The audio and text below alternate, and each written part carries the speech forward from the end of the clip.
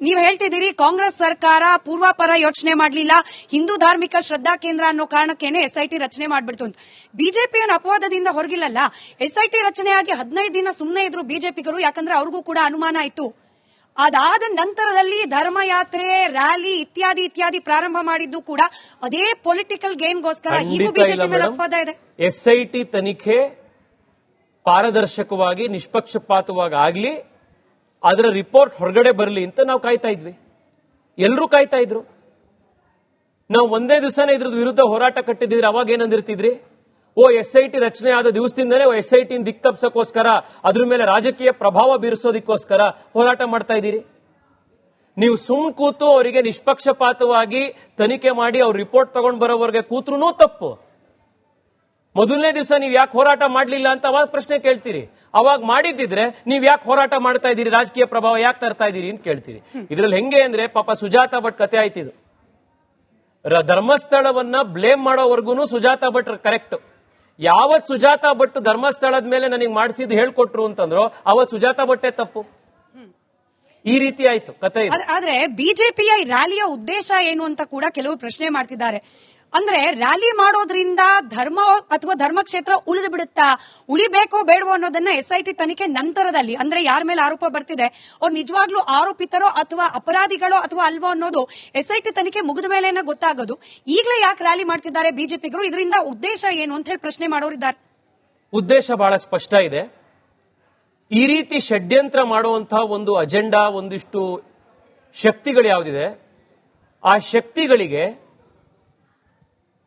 ನಮ್ಮ ಸಮಾಜದಲ್ಲಿ ನಮ್ಮ ಧಾರ್ಮಿಕತೆಯನ್ನ ರಕ್ಷಣೆ ಮಾಡೋದಕ್ಕೆ, ಅದಕ್ಕೆ ರಾಜಕೀಯ ಶಕ್ತಿ ಕೊಡೋದಕ್ಕೆ ಒಂದು ಸಂಸ್ಥೆ ಇದೆ, ಒಂದು ಸಜ್ಜನ ಸಮಾಜ ಇದೆ, ಆ ಸಮಾಜದ ಶಕ್ತಿ ಇದೆ ಅನ್ನುವಂಥ ಒಂದು ಪ್ರತೀಕವಾಗಿ ಬಿಜೆಪಿ ರ್ಯಾಲಿ ಮಾಡ್ತಾ ಇದೆ. ಒಂದು. ಎರಡನೇದು, ಈ ಎಸ್ಐಟಿ ತನಿಖೆ ಈಗ ಇವ್ರು ಯಾರನ್ನ ಇನ್ವೆಸ್ಟಿಗೇಷನ್ ಮಾಡ್ತಾ ಇದ್ದಾರೆ, ಇನ್ನೊಂದು ಮಾಡ್ತಾ ಇದ್ದಾರೆ. ಈ ಎಸ್ಐಟಿ ಇದೇ ರಾಜ್ಯ ಸರ್ಕಾರದ ನೇತೃತ್ವದಲ್ಲಿ ಸಂಪೂರ್ಣ ಲಾಜಿಕಲ್ ಎಂಡಿಗೆ ತಗೊಂಡು ಹೋಗುತ್ತೆ ಅನ್ನುವಂತ ನಂಬಿಕೆ ನಮಗಿಲ್ಲ. ಯಾಕೆ ಹಾಗೆ? ಯಾಕೆಂದ್ರೆ ಈ ಎಸ್ಐಟಿ ರಚನೆ ಆಗಿದ್ದೇನೆ ಬೇರೆ ಉದ್ದೇಶಕ್ಕೆ. ಏನು ಉದ್ದೇಶ? ಧರ್ಮಸ್ಥಳವನ್ನ, ಧರ್ಮಸ್ಥಳದಲ್ಲಿರುವಂತಹ ಧಾರ್ಮಿಕ ನಂಬಿಕೆಯನ್ನ ಅಲ್ಲಾಡಿಸಬೇಕು ಅನ್ನುವಂತ ಒಂದು ಅರ್ಬನ್ ನಕ್ಸಲ್ ಅಜೆಂಡಾದ ಎಕ್ಸ್ಟೆನ್ಷನ್ ಆಗಿ ಎಸ್ಐಟಿ ರಚನೆ ಆಗಿದ್ದು. ಸ್ವಾಗತಿಸಿದ್ದಾರೆ ಎಸ್ಐಟಿ. ಈ ಎಸ್ಐಟಿ ಯಾವ ಕಾನ್ಸ್ಪಿರಸಿಯ ಕೂಸಾಗಿ ಎಸ್ಐಟಿ ಹುಟ್ಕೊಳ್ತೋ, ಆ ಎಸ್ಐಟಿ ಈ ಕಾನ್ಸ್ಪಿರೇಟರ್ಸ್ ಗಳನ್ನ ಎಕ್ಸ್ಪೋಸ್ ಮಾಡಕ್ ಸಾಧ್ಯ ಇಲ್ಲ. ಅದಕ್ಕೆ ನಮ್ಮ ಡಿಮ್ಯಾಂಡ್ ಇರುವಂತದ್ದು ಸಿಬಿಐ ತನಿಖೆ ಆಗಬೇಕು ಅಂತ. ಅದಕ್ಕೋಸ್ಕರ ನಾವು ಇವತ್ತು ಹೋರಾಟ ಮಾಡ್ತಾ ಇದ್ದೀವಿ. ಒಂದು ರಾಜಕೀಯ ಪಕ್ಷವಾಗಿ ಸಮಾಜದಲ್ಲಿರುವಂತಹ ಈ ರೀತಿ ಸಮಸ್ಯೆಗಳನ್ನ, ತೊಡಕುಗಳನ್ನ ತಿದ್ದುವಂತ, ಇದನ್ನ ಸಮಾಜವನ್ನು ದಿಕ್ಕು ತಪ್ಪಿಸಬೇಕು ಅನ್ನುವಂತ ಒಂದು ಷಡ್ಯಂತ್ರ ಶಕ್ತಿಗಳಿಗೆ ಸಡ್ಡು ಹೊಡುವಂತ ಒಂದು ಶಕ್ತಿ ಕೂಡ, ಜವಾಬ್ದಾರಿ ಕೂಡ ಒಂದು ರಾಜಕೀಯ ಪಕ್ಷಕ್ಕಿದೆ. ಅದಕ್ಕೋಸ್ಕರ ಈ ರ್ಯಾಲಿಯಿಂದ ನಿಮಗ್ ಸಿಗೋದಾದ್ರೂ ಏನು? ರ್ಯಾಲಿ ನೋಡಿ ಸಿಬಿಐ ಆಗಲ್ಲ, ರ್ಯಾಲಿ ನೋಡಿ ಎನ್ಐಎ ಎಂಟ್ರಿ ಆಗೋದಿಲ್ಲ. ಸರ್ಕಾರ ನಿಮ್ಮದೇ ಇದೆ ಕೇಂದ್ರದಲ್ಲಿ. ಜನ ಪ್ರಶ್ನೆ ಮಾಡೋದೇನು ಅಂತಂದ್ರೆ, ಇಲ್ಲ ಪೂರ್ತಿ ಪ್ರಶ್ನೆ. ಈಗ ಷಡ್ಯಂತ್ರ ಅಂತೀರಿ, ಸೆಂಥಿಲ್ ಅವರ ಹೆಸರು ತರ್ತೀರಿ, ನಿಮ್ಮದೇ ಪಕ್ಷದ ನಾಯಕರು ಮಾತನಾಡ್ತಿದ್ದಾರೆ, ದೆಹಲಿಗೆ ಹೋದ್ರಂತೆ, ಅಲ್ಯಾರೋ ಲಾಯರ್ ಅಂತೆ. ಈ ಅಂತೆಗಂತೆ ಹೇಳೋದು ಬಿಟ್ಬಿಟ್ಟು ನಿಜವಾಗ್ಲೂ ಬಿಜೆಪಿಗರ ಬಳಿಯಲ್ಲಿ ಸಾಕ್ಷ್ಯ ಇದ್ರೆ, ಷಡ್ಯಂತ್ರದ ಭಾಗವಾಗಿ ದೊಡ್ಡ ಕೈಗಳು ವರ್ಕ್ ಆಗ್ತಿದೆ ಅನ್ನೋದ್ರ ಬಗ್ಗೆ ಇದ್ರೆ ಯಾಕೆ ಇದನ್ನ ಕೇಂದ್ರ ಸರ್ಕಾರದ ಗಮನಕ್ಕೆ ತರ್ತಿಲ್ಲ? ಯಾಕೆ ರಾಷ್ಟ್ರೀಯ ತನಿಖಾ ಸಂಸ್ಥೆಗಳು ಎಂಟರ್ ಆಗ್ಲಿಕ್ಕೆ ಬಿಜೆಪಿ ಆಸ್ ಅ ಪಾರ್ಟಿ, ಅದರಲ್ಲೂ ಕೇಂದ್ರದಲ್ಲಿ ಸರ್ಕಾರ ನಡೆಸುತ್ತಿರುವ ಪಾರ್ಟಿಯಾಗಿ ಯಾಕೆ ಕ್ರಮಕ್ಕೆ ಮುಂದಾಗ್ತಿಲ್ಲ, ಕೇವಲ ಬೀದಿ ಹೋರಾಟ ಮಾಡ್ತಿದೆ? ಒಂದು ರಾಜಕೀಯ ಪಕ್ಷವಾಗಿ ಬೀದಿಯಲ್ಲಿ ಸಂಘಟನಾ ಕೆಲಸವನ್ನೂ ಮಾಡಬೇಕು. ಸಂಸದರಾಗಿ ನಾನಾಗಿರಲಿ, ಕೋಟಾ ಶ್ರೀನಿವಾಸ್ ಪೂಜಾರಿ ಅವರಾಗಿರಲಿ, ಇನ್ನೂ 4 ಜನ ಸಂಸದರು ಕೇಂದ್ರಕ್ಕೆ ಪತ್ರ ಬರೆದು ತನಿಖೆ ಮಾಡಬೇಕು ಅನ್ನುವಂತ ಒತ್ತಾಯವನ್ನು ನಾವಾಗಲೇ ಮಾಡಿದೀವಿ. ರೆಸ್ಪಾನ್ಸ್ ಬಂತಾ ಸರ್? 100% ಬರುತ್ತೆ. ಒಂದ್ ನಿಮಿಷ ಕೇಳಿಸ್ಕೊಳ್ರಪ್ಪ. ಎಸ್ಐಟಿ ಬಂದ್ಮೇಲೆ ಯಾವ ರೀತಿ ಓಡ್ಕೋಬೇಕಾಗಿದೆ ಅದೇ ರೀತಿ ಸ್ಥಿತಿ ಯಾವಾಗ್ಲೂ ಬರುತ್ತೆ. 2024 ಹೋದ ವರ್ಷ ಸಿಬಿಐನ ಸಾರ್ವತ್ರಿಕ ಸಮ್ಮತಿ ಅಂತೇನಿತ್ತು, ಜನರಲ್ ಕನ್ಸೆಂಟ್ ಅಂತೇನಿತ್ತು, ಅದನ್ನು ರಾಜ್ಯ ಸರ್ಕಾರ ಹಿಂತೆಗೆದುಕೊಂಡಿದೆ. ಇವತ್ತು ರಾಜ್ಯ ಸರ್ಕಾರದ ವಿರುದ್ಧ ಅಥವಾ ರಾಜ್ಯ ಸರ್ಕಾರದ ಒಂದು ಕೇಸನ್ನ ಸಿಬಿಐಗೆ ಎಫ್ಐಆರ್ ಮಾಡಬೇಕು ಅಂತಂದ್ರೆ ಕೇಂದ್ರ ಸರ್ಕಾರ ರಾಜ್ಯ ಸರ್ಕಾರದ ಸಮ್ಮತಿ ಜೊತೆಗೇನೆ ಮಾಡಬೇಕು. ಇಲ್ಲ ಅಂತಂದ್ರೆ ಕೋರ್ಟ್ ಮುಖಾಂತರ ಹೋಗಬೇಕು. ನಾವಿವತ್ತು ಕೇಂದ್ರ ಸರ್ಕಾರಕ್ಕೆ ಸಿಬಿಐ ತನಿಖೆ ಮಾಡಿ ಅಂತಂದ್ರೂ ಕೂಡ ರಾಜ್ಯ ಸರ್ಕಾರ ಅದಕ್ಕೆ ಅನುಮತಿ ಕೊಡದಲ್ಲೇ ಇದೆ. ಕೇಂದ್ರ ಸರ್ಕಾರ ಸಿಬಿಐಗೆ ಏಕಾಏಕಿ ಕೊಡ್ಲಿಕ್ಕೆ ಆಗೋದಿಲ್ಲ. ರಾಜ್ಯ ಸರ್ಕಾರ ಸಮ್ಮತಿಯನ್ನು ಹೋದ ವರ್ಷನೇ ವಾಪಸ್ ತಗೊಂಡಿದ್ದಾರೆ. ಇವ್ರು ಭ್ರಷ್ಟಾಚಾರದ ಕೇಸ್ಗಳ ಮೇಲೆ ಅಕಸ್ಮಾತ್ ಸಿಬಿಐ ತನಿಖೆ ಆಗ್ಬಿಡುತ್ತೆ ಅನ್ನೋ ಭಯಕ್ಕೋಸ್ಕರ ವಾಪಸ್ ತಗೊಂಡ್ಬಿಟ್ಟಿದ್ದಾರೆ. ನಮ್ಮ ಆಗ್ರಹ ಇವತ್ತಿರುವಂತದ್ದು ರಾಜ್ಯ ಸರ್ಕಾರಕ್ಕೆ ಸಿಬಿಐ ವಹಿಸಿ ಅಂತ. ನೀವು ಈ ಷಡ್ಯಂತ್ರದ ಭಾಗ ಅಲ್ಲ ಅನ್ನೋದು ನಿಮಗೆ ಕ್ಲಾರಿಟಿ ಇದ್ರೆ, ಸರ್ಕಾರವಾಗಿ ನಮಗೇನು ಕೂಡ ಇದರಿಂದ ಬಚ್ಚಿಟ್ಕೊಳ್ಳುವಂಥದ್ದು ಏನಿಲ್ಲ, ಇದರಲ್ಲಿ ಮುಜುಗರ ತಗೊಂಡು ಬರುವಂತದ್ದು ಏನೂ ಇಲ್ಲ. ನಾವು ಈ ಅರ್ಬನ್ ನಕ್ಸಲ್ನ ವಾದ, ನಮ್ದೇನು ಆರೋಪ ಇದೆ ಆ ಆರೋಪದಲ್ಲಿ ನಿಮ್ಮ ಪಾತ್ರ ಇಲ್ಲ ಅನ್ನೋದು ರಾಜ್ಯ ಸರ್ಕಾರಕ್ಕೆ ಸ್ಪಷ್ಟ ಇದ್ರೆ, ರಾಜ್ಯ ಸರ್ಕಾರ ನಾಳೆ ಬೆಳಗ್ಗೆ ಸಿಬಿಐ ತನಿಖೆ ಕೊಡ್ಲಿ. 12 ವರ್ಷದ ಹಿಂದೆ ಸೌಜನ್ಯ ಹತ್ಯೆ ಆದಾಗ ನಿಮ್ದೇ ಬಿಜೆಪಿ ಸರ್ಕಾರ ಇತ್ತು, ನಿಮ್ಮವರೇ ಮುಖ್ಯಮಂತ್ರಿಗಳಿದ್ರು, ನಿಮ್ಮವರೇ ಗೃಹ ಸಚಿವರಿದ್ರು. ಅವತ್ತು ನೀವು ನ್ಯಾಯ ಕೊಡಿಸ್ತೇನೆ, ಇವತ್ತು ಸಿಬಿಐ ಎನ್ಕ್ವೈರಿ ಮಾಡಿ ನ್ಯಾಯ ಕೊಡಿಸ್ದಲೇ ಅಂತೀರಲ್ಲ ನೀವು. 12 ವರ್ಷಗಳ ನಂತರ ನಿಮ್ಗೆ ನ್ಯಾಯ ಕೊಡಿಸೋದಕ್ಕೆ ನಾವು ಪುರಾವೆಗಳು ಲಭ್ಯವಾಗೋಕ್ ಸಾಧ್ಯನಾ? ಕೊಡ್ಬೇಕಾಗಿರೋದು. ಸೌಜನ್ಯಗೆ ನ್ಯಾಯ ಸಿಗುತ್ತಾ? ನಿಮ್ ಪ್ರಕಾರ ಸೌಜನ್ಯಗೆ ನ್ಯಾಯ ಸಿಗುತ್ತಾ 12 ವರ್ಷಗಳ ನಂತರ? ನೋಡಿ, ಕೋರ್ಟ್ನ ವ್ಯವಸ್ಥೆ ಮೇಲೆ ನಿಮಗೆ ನಂಬಿಕೆ ಇದ್ರೆ, ಆರೋಪಗಳಲ್ಲದೆ ಸಾಕ್ಷ್ಯಾಧಾರಗಳನ್ನು ಕೊಟ್ಟು ನ್ಯಾಯಾಂಗ ವ್ಯವಸ್ಥೆ ನಡೆಯುತ್ತೆ ಅನ್ನೋದ್ರ ಬಗ್ಗೆ ನಿಮಗೆ ನಂಬಿಕೆ ಇದ್ರೆ ನ್ಯಾಯ ಸಿಗತ್ತೆ ಅಂತ ತಾವು ಭಾವಿಸ್ಬೇಕು. ನ್ಯಾಯ ಸಿಗತ್ತೆ. ನಾವು ನಮ್ಮ ಪರವಾಗಿ ಜಡ್ಜ್ಮೆಂಟ್ ಬರಲಿಲ್ಲ ಅಂದ್ರೆ ನ್ಯಾಯಾಂಗ ವ್ಯವಸ್ಥೆ ಸರಿ ಇಲ್ಲ ಅನ್ನುವಂತ ಮೊಂಡವಾದಕ್ಕೆ ನಾವು ಬಗ್ಗಿದ್ರೆ ಆಗ ಯಾರಿಗೂ ನ್ಯಾಯ ಸಿಗೋದಿಲ್ಲ. ಸೌಜನ್ಯ ವಿಚಾರದಲ್ಲಿ ತಾವು ಹೇಳಿದ್ರಿ, ಅವಾಗ ನಿಮ್ದೇ ಸರ್ಕಾರ ಇತ್ತು, ತನಿಖೆ ಮಾಡಿದ್ರು, ಕೋರ್ಟ್ಗೆ ಸಬ್ಮಿಟ್ ಮಾಡಿದ್ರಿ, ಕೋರ್ಟಲ್ಲಿ ಆತ ಅಪರಾಧಿನೇ ಅಲ್ಲ ಅಂತ ಬಂತು.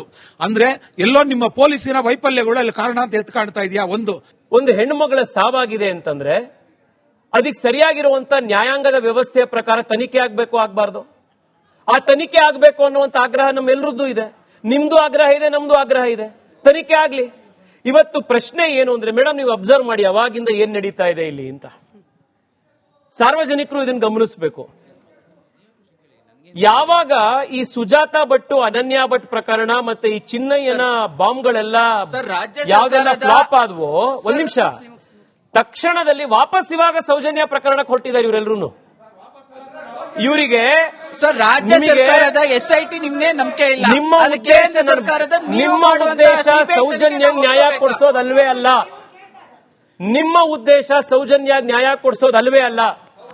ನಿಮ್ಮ ಉದ್ದೇಶ ಇರುವಂತದ್ದು ಧರ್ಮಸ್ಥಳವನ್ನ, ಧಾರ್ಮಿಕ ಸಂಸ್ಥೆಯನ್ನ ಡೆನಿಗ್ರೇಟ್ ಮಾಡಬೇಕು ಅನ್ನೋದಷ್ಟೇ ಉದ್ದೇಶ ಇರೋದು. ಅದರಲ್ಲಿ ನಂಬಿಕೆ ಹುಸಿ ಮಾಡಬೇಕು ಅನ್ನೋದಷ್ಟೇ ಇರೋದು. ಅದು ನಿಮ್ಮ ಅಭಿಪ್ರಾಯ. ನೀವು ಪರವಾಗಿ ಹೋರಾಟ ಮಾಡ್ತಾ ಇದ್ರಾ ಇಲ್ವಾ? ಹಂಗಂದ್ರೆ ನೀವು ಯಾವ್ದೋ ಒಂದು ಬುಕ್ ಕೊಡಿ, ಇದನ್ನ ಓದ್ಬಿಟ್ಟು ಇದೇ ತರ ನೀವು ನಡ್ಕೊಳ್ಳಿ ಅಂತೇಳಿ.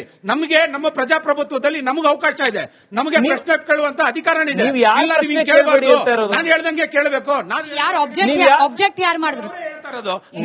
ನಾನು ಬಹಳ ಸ್ಪಷ್ಟವಾಗಿ ಹೇಳ್ತಿದ್ದೀನಿ ಮೇಡಮ್, ಇವರ ಉದ್ದೇಶ ಸೌಜನ್ಯಗಾಗ್ಲಿ, ಅನನ್ಯ ಭಟ್ಗಾಗ್ಲಿ, ಇನ್ನೊಬ್ರಿಗಾಗ್ಲಿ ನ್ಯಾಯ ಕೊಡಿಸೋದಲ್ವೇ ಅಲ್ಲ. ಅವರು ಒಂದು ಸಾರ್ವಜನಿಕರೇ. ಆ ಸಾರ್ವಜನಿಕರಿಗೋಸ್ಕರ ನಾವು ಧ್ವನಿ ಎತ್ತಾ ಇದ್ವಿ. ಅದನ್ನು ತಪ್ಪು. ನೀವು ಇವಾಗ ಮಾತಾಡ್ತಾರ ಸರಿ ಇಲ್ಲ ಅಂದ್ರೆ ಅದು ಅರ್ಥ ಇಲ್ಲ. ಅದು ನೀವು ಇವ್ರ ಪ್ರಕಾರ ಸೌಜನ್ಯ ಪ್ರಕರಣ ಮುಗ್ದೋದದ್ಯಾಯನಾ? ಸೌಜನ್ಯ ಯಾರು ಹೇಳಿದ್ರು ಸರ್ ಹಂಗಂತ ಹೇಳ್ತಾ ಇರೋದು ಅದೇ ಅರ್ಥ ಇಲ್ಲ. ಒಂದ್ ನಿಮಿಷ ಇರಿ, ನಾನು ಅವ್ರ ಪರವಾಗಿ ಮಾತನಾಡ್ತಿದ್ದೀನಿ ಅಂತಲ್ಲ, ಅವ್ರು ಏನ್ ಹೇಳಿದ್ರು ಅದನ್ನ ವಾಪಸ್ ಹೇಳ್ತಾ ಇದ್ದೀನಿ. ತನಿಖೆಯಿಂದ, ಕಾನೂನಿನಿಂದ, ಕೋರ್ಟ್ ಇಂದ ನ್ಯಾಯ ಸಿಗುತ್ತೆ ಅನ್ನೋ ನಂಬಿಕೆ ಇದ್ರೆ ನಿಜವಾಗ್ಲೂ ನ್ಯಾಯ ಸಿಗುತ್ತೆ ಅನ್ನೋ ಪದವನ್ನು ಅವ್ರು ಹೇಳಿದ್ರು. ಇಂಥ ಒಂದು ಕಠಿಣವಾದ ಕಾನೂನು ಇರತಕ್ಕಂತ ಪ್ರಜಾಪ್ರಭುತ್ವವಾದ ದೇಶದಲ್ಲಿ 13 ವರ್ಷದಿಂದ ಸಿಗದೇ ಇರೋ ನ್ಯಾಯ ಮುಂದಿನ ವರ್ಷ ಸಿಗುತ್ತೆ ಅನ್ನೋ ನಂಬಿಕೆ. ಈಗ ಬರೀ ಬೇರೆ ಎಲ್ಲಾ ಬಿಟ್ಬಿಟ್ಟು ಸೌಜನ್ಯ ಪ್ರಕರಣನೇ ಮಾತಾಡೋಣ ಸರ್. ಸೌಜನ್ಯ ಪ್ರಕರಣಕ್ಕೆ ನ್ಯಾಯ ಸಿಗಬೇಕು ಅಂತ ಆದ್ರೆ, ಒಂದೇ ಸೆಕೆಂಡ್ ಸರ್, ಈಗಿರುವ ಏಕೈಕ ಮಾರ್ಗ ಯಾವುದು ನಿಮ್ಮ ಪ್ರಕಾರ? ಸೌಜನ್ಯ ನ್ಯಾಯ, ನೀವು ಹೋರಾಟ ಮಾಡಿದ್ದೀರಿ, ಹೋರಾಟ ತಿಳ್ಕೊಂಡು ಬಂದಿದ್ದೀರಿ ಅನ್ನೋ ಭರವಸೆಯೊಂದಿಗೆ ಪ್ರಶ್ನೆ ಕೇಳ್ತಿದ್ದೀನಿ. ಸೌಜನ್ಯ ಪ್ರಕರಣ ರೀಓಪನ್ ಆಗಬೇಕು ಅಂದ್ರೆ ಇರುವ ಏಕೈಕ ಮಾರ್ಗ ಯಾವುದು ಅನ್ನೋದು ಗೊತ್ತಾ ತಮ್ಗೆ? ನನಗೆ ನಿಜವಾಗ್ಲೂ ಇವತ್ತು ಆ ನಂಬಿಕೆ ಉಳಿದಿಲ್ಲ ಮೇಡಮ್. ಗೊತ್ತಿಲ್ವೋ ಅಷ್ಟೇ ಸರ್? ಗೊತ್ತಿಲ್ಲ. ನಾ ಹೇಳ್ತೀನಿ ಕೇಳಿ ಸರ್.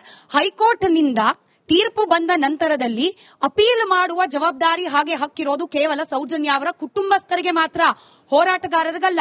ಸುಪ್ರೀಂ ಕೋರ್ಟ್ನ ಕದ ತಟ್ಟುವ ಅವಕಾಶ ಇರೋದು ಕೇವಲ ಸೌಜನ್ಯ ಕುಟುಂಬಸ್ಥರಿಗೆ ಮಾತ್ರ. ಆದ್ರೆ 1 ವರ್ಷ ಆಯ್ತು, ಅವ್ರು ಇದುವರೆಗೂ ಸುಪ್ರೀಂ ಕೋರ್ಟ್ ಹೋಗಿಲ್ಲ. ಯಾಕೆ ಅಂತ ಪ್ರಶ್ನೆ ಕೇಳುವ ಅಧಿಕಾರ ನನಗಿಲ್ಲ. ತಿಳಿಸಿದೀನಿ ವಿಚಾರ, ಈಗ ಪ್ರಶ್ನೆ ಕೇಳಿ. ಈಗ ಎಸ್ಐಟಿ ರಚನೆ ಮಾಡಿದ್ದಾರೆ, ಸರ್ಕಾರದಿಂದ ನಡೀತಾ ಇದೆ. ಎಸ್ಐಟಿ ಇವಾಗ ರಿಪೋರ್ಟ್ ಕೊಟ್ಟಿದ್ಯಾ? ರಿಪೋರ್ಟ್ ಬಂದಿದೆ ಎಸ್ಐಟಿ ರಿಪೋರ್ಟ್.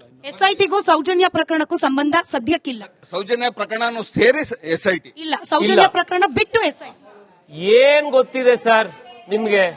ಅರ್ಬನ್ ನಕ್ಸಲೈಟ್ ಅಂದ್ರೆ ಯಾರು?